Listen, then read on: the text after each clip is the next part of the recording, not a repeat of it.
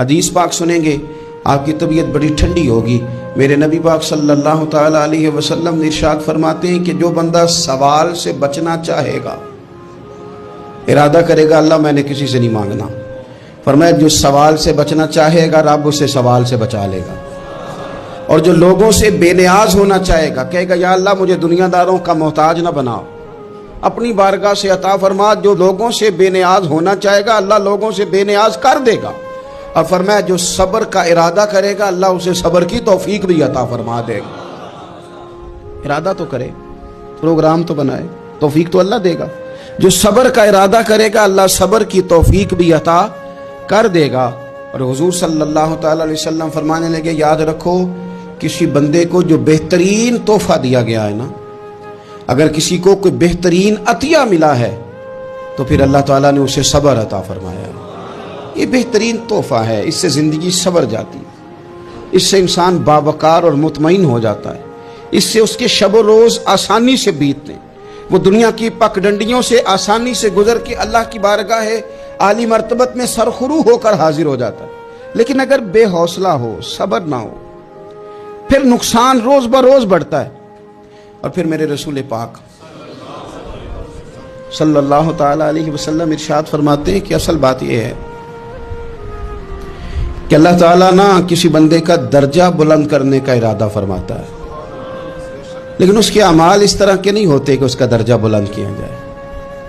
اب رب کیا کرتا ہے، اللہ تعالیٰ اس کو مال کی، جان کی، اولاد کی کسی مشکل میں ڈال دیتا ہے، اس مصیبت پر وہ بندہ صبر کرتا ہے تو اللہ تعالیٰ اس کا درجہ بلند فرما دیتا ہے۔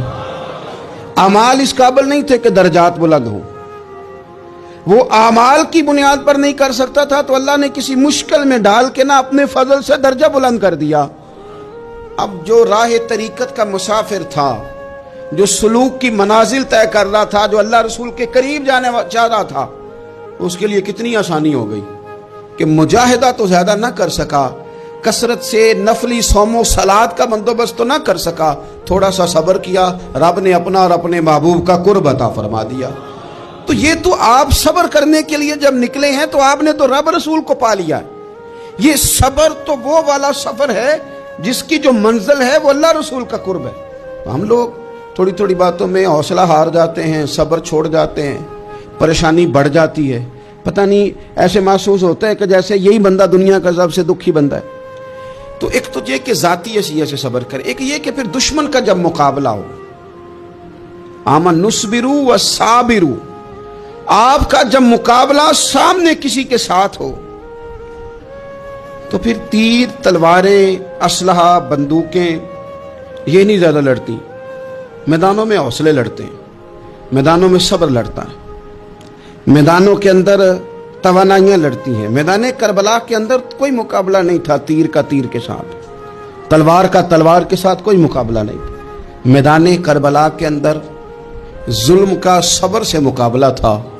فتح کے ڈنکے یزید نے بجائے تھے، جشن ابن زیاد نے منایا تھا، لیکن قیامت تک اللہ نے جو فتح عطا فرمائی ہے تو وہ حسین ابن علی کے صبر کو عطا فرمائی ہے، وہ سیدنا امام علی مقام کے صبر کو ملی۔ عزیز بھائی، صبر ہی ہمیشہ فاتح ہوتا ہے، صبر ہی جیتا کرتا ہے، صبر ہی کامیابیاں دیتا ہے، نتیجے صبر کے نکلتے ہیں، صبر کے حوصلے کے نتیجے ہوتے ہیں۔ ہماری جلد بازی ہمیں شکست خوردہ کر دے گی، ہمارا حوصلہ نہ ہونا ہمیں ہرا دے گا، ہم کمزور پڑ جائیں گے اگر ہم بے حوصلہ ہو جائیں گے۔